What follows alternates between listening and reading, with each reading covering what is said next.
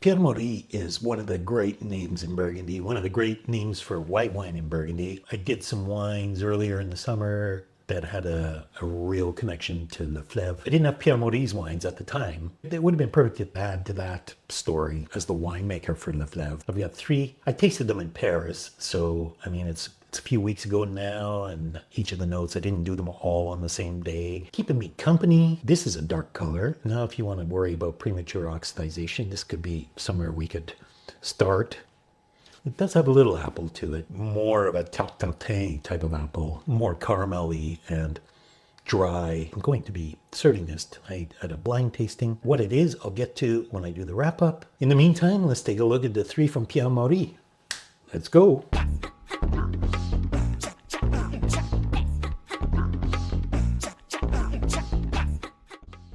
Pierre Morey, Bourgogne, Côte d'Or, 2022. What do we get in the glass? Look at the color. It's very lovely lemon, soft lemon, maybe some darker, little bit of darkening hints to it. It's so perfumed. This is just such a sweet fruited perfume, almost kiwi. It's very exotic, very high toned. Some lime zest. I mean, I don't think I've ever tasted anything quite like this, to be honest. I don't know of any other Bourgogne Côte d'Or that offers so much character right out of the gate. This is, like I said, that kiwi, some other exotic fruits. I almost think coconut, to be honest. And like I said, that lime zest. It's very, very dry in the mid palate, but mineral and both round and dry at the same time. It's quite complex, very serious kind of Bourgogne. I mean, yeah, and there's some reductive sort of smoke to it as well, which gives it it's quite a lovely base note to this. Then you know what I mean.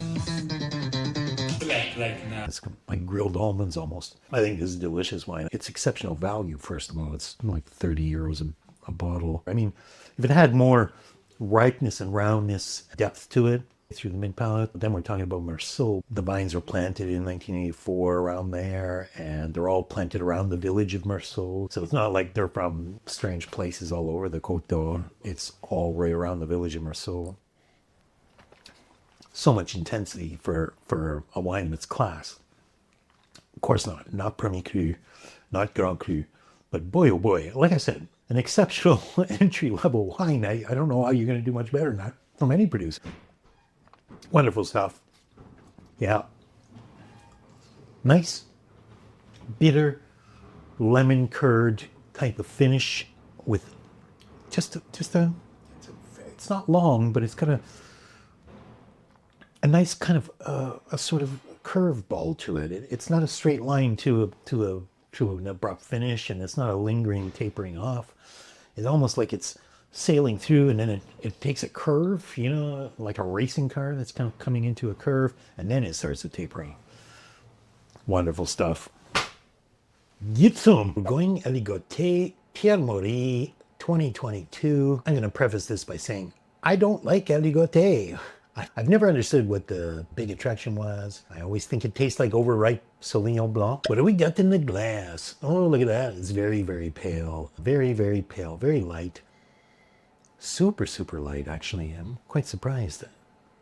And you know, where the Bourgogne Côte d'Or, I thought had this exotic, had this craziness. I was expecting that from this Aligoté. It's not very overbearing at all. And that's confirmed on the palate. There's a light lemony,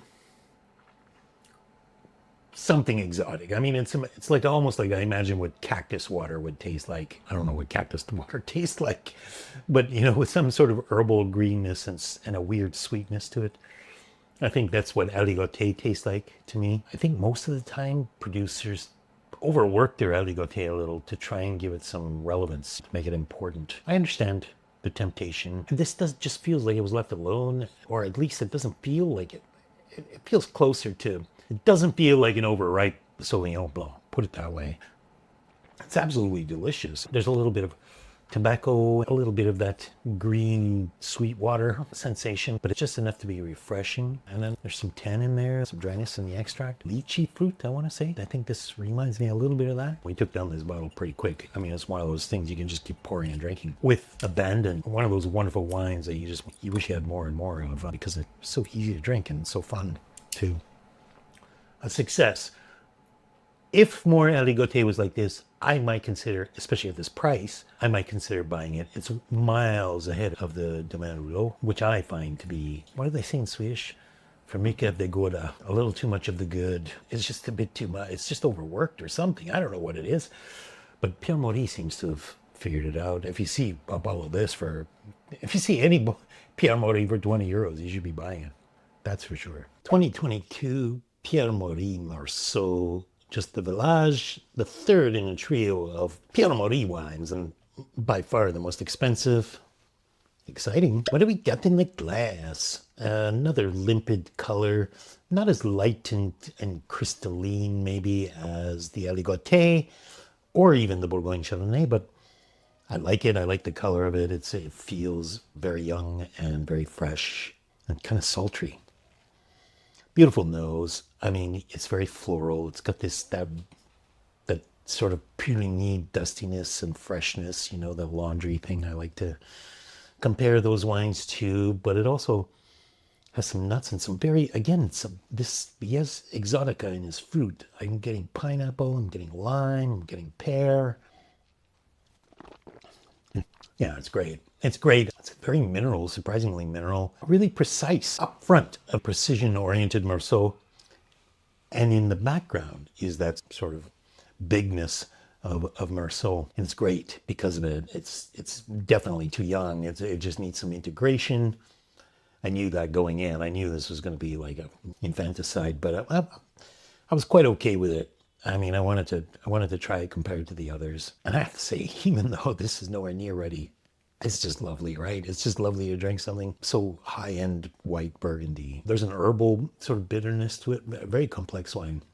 A lot of things happening all at once, shimmying and shaking. I think this is a really, really exceptional Village Meursault. It's more exotic than the Henri Boillot.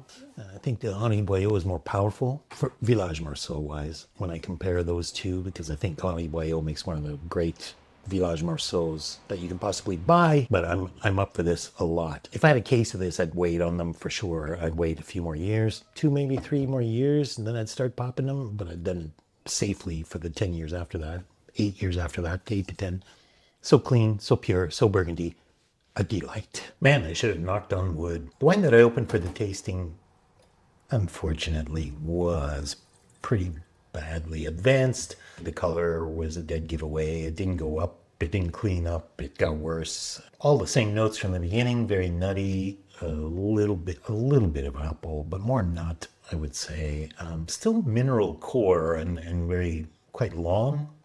Still, the length was there and was definitely drinkable. I drank it, but ultimately it was wrong. And that was the 2010 Domaine Pierre Meursault. That wine should have been a lot better than what it was. There's really no excuse for it. As far as Pierre Morey goes, wow.